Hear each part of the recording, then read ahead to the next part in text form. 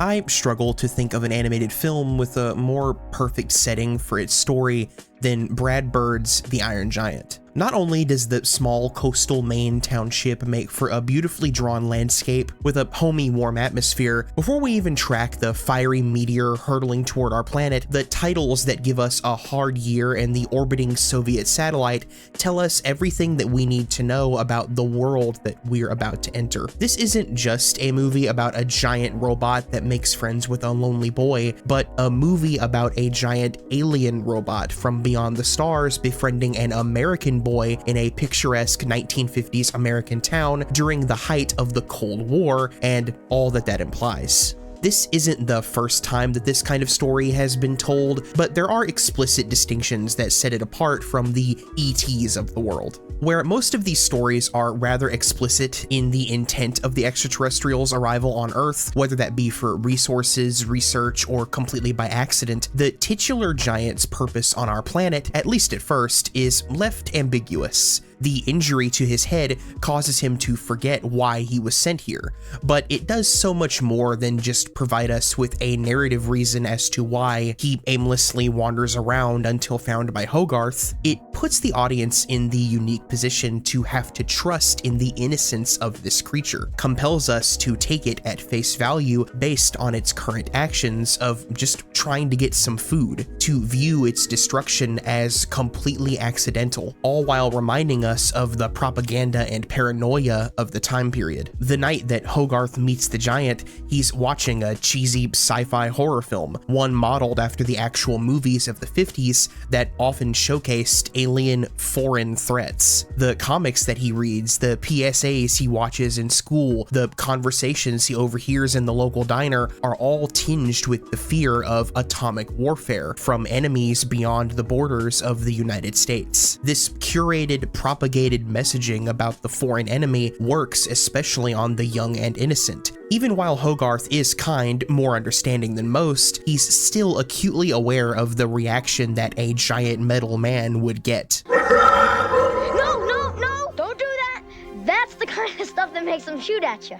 Even with that knowledge, he still trusts in the innocence of the giant, and through Hogarth, so do we. By firmly setting the narrative at a point in history so infamous for mistrust and paranoia, and by accurately portraying the reality of life at that time, The Iron Giant sets up a perfect ground for mutual understanding. We can't blame the citizens of Rockwell for how they react to the giant, because the world that they live in has conditioned them to react that way. But there's also a distinction set between the regular people capable of intelligent reasoning, empathy, and compassion, and the literal physical manifestation of governmental overreach and fear-mongering himself. Hey there, Scout.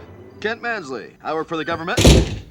I still look back and find it hard to believe that in a project where I talked about animated villains for almost 40 minutes, I didn't devote any time at all to Kent Mansley. I won't make excuses for that. There's a lot of things that I've learned since that video after all, but I think what makes Mansley one of the greatest animated antagonists of all time is just how strong the writing portrays the duality of this kind of very real evil. Kent Mansley manages to flawlessly tread the line between hilarious and threatening. He's a small, pathetic man prone to jealousy, childish rage, temper tantrums, and completely impulsive acts born out of genuine fear. At first, it's very easy to laugh at him, with his character design evoking a maniacal Conan O'Brien and Christopher McDonald's performance bringing that insecurity to life, conveying in just a few short words all the posturing for a deeply bruised ego. While these character flaws may be funny when you're younger and are still funny today, there's something kinda terrifying about, and sadly relatable, about someone this buffoonish being someone in charge. All I know is we didn't build it, and that's reason enough to assume the worst and blow it to kingdom come. This is the guy who can and does command a level of authority high enough to reach military leaders, to influence them to attack without provocation, and even deceive them into doing so when innocent lives are at stake, the same innocent lives he claims to be trying hard to protect. There's so much more to this character than the hilarious moments where he's outsmarted by a child while acting like one himself. I don't think any moment speaks to that more than the sequence of events that plays out after he convinces the general to fire an atomic weapon at the giant. While even the general is willing to hear Hogarth, Dean, and his mother out, Mansley is too far gone. The ultimate victim of the Red Scare, petrified by this foreign entity, projecting all of his fears onto its metal frame and seeing nothing but the monster that he created by attacking it first, he nearly wipes out an entire town of people in a moment that never fails to make my stomach drop, even if I've seen it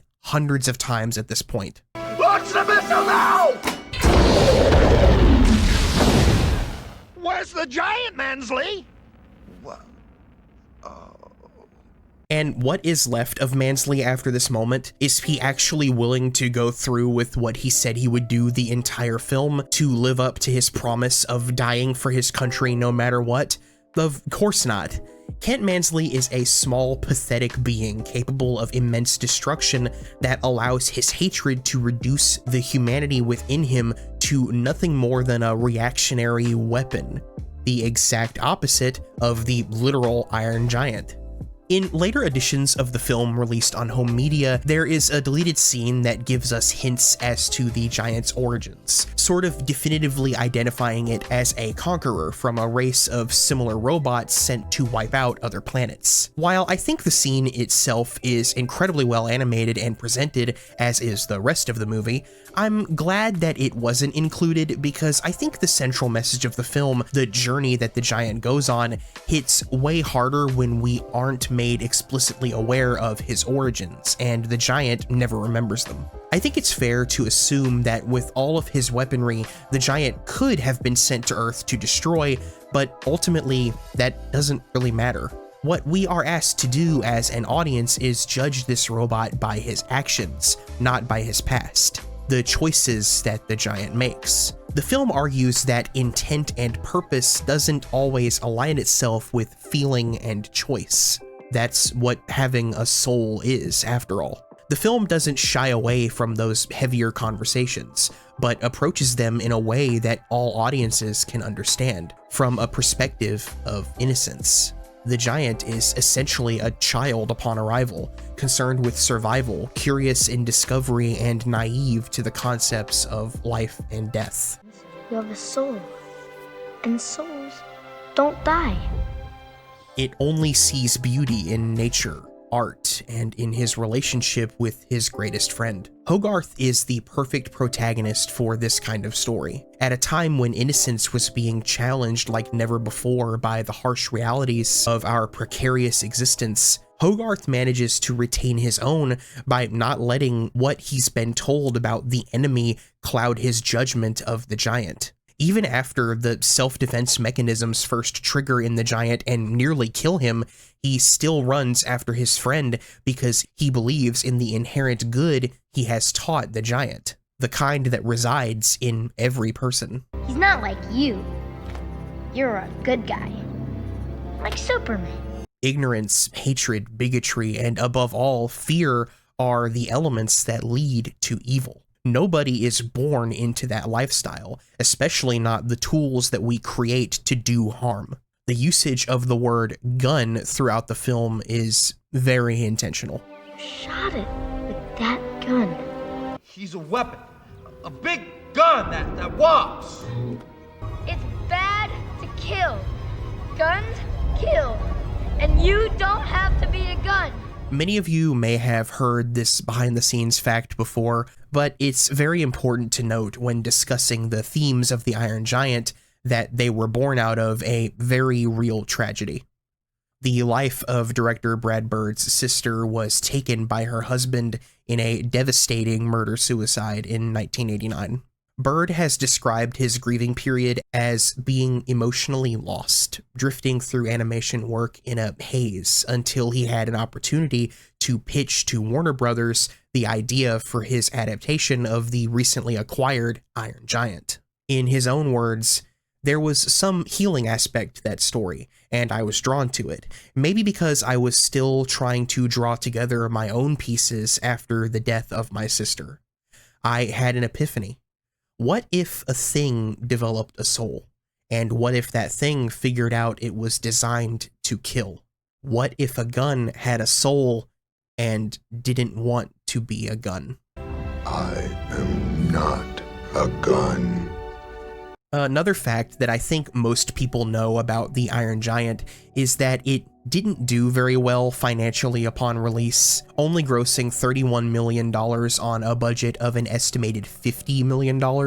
There were a lot of factors at play in the underperformance of the film, primarily the lack of marketing that Warner Brothers put forward the money for, but as is the case for many films of its kind, nobody really remembers this film as a failure. If you were a kid in the early 2000s, chances are you had a copy of The Iron Giant. You fantasized about having your own robot friend, laughed at the antics of Hogarth, the insanity of Kent Mansley, were blown away by the unparalleled animation that still holds up to this very day, and as we all did, bawled your eyes out at the finale of this story because of just how flawlessly it sticks the landing in terms of its message. And what is that message? Well, it's the reason that I'd argue that The Iron Giant, with each passing year, only gets better, only hits harder, and only becomes more relevant the older we get. We make mistakes, stumble our way into messes that we didn't think we could make any worse. We sometimes hurt people. We hurt ourselves. We can be selfish, but we also love. We grieve. Sometimes you find yourself in what appears to be a never-ending cycle, asking yourself why you keep doing this to yourself and the people you love. If you're like me, you've even questioned why you were here to begin with at the worst of times. You may have even asked yourself, am I only here to hurt people? Is that all I was meant for? Well, if you've ever gotten that low or even are feeling that way watching this, there's two things I want to tell you. Firstly, you are worth it and things will get better. And second, maybe go watch The Iron Giant and listen to what Dean teaches Hogarth and Hogarth in turn teaches to The Iron Giant.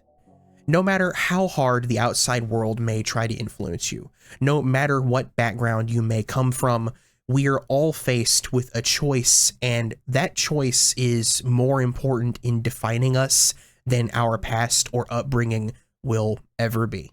You are who you choose to be. Superman.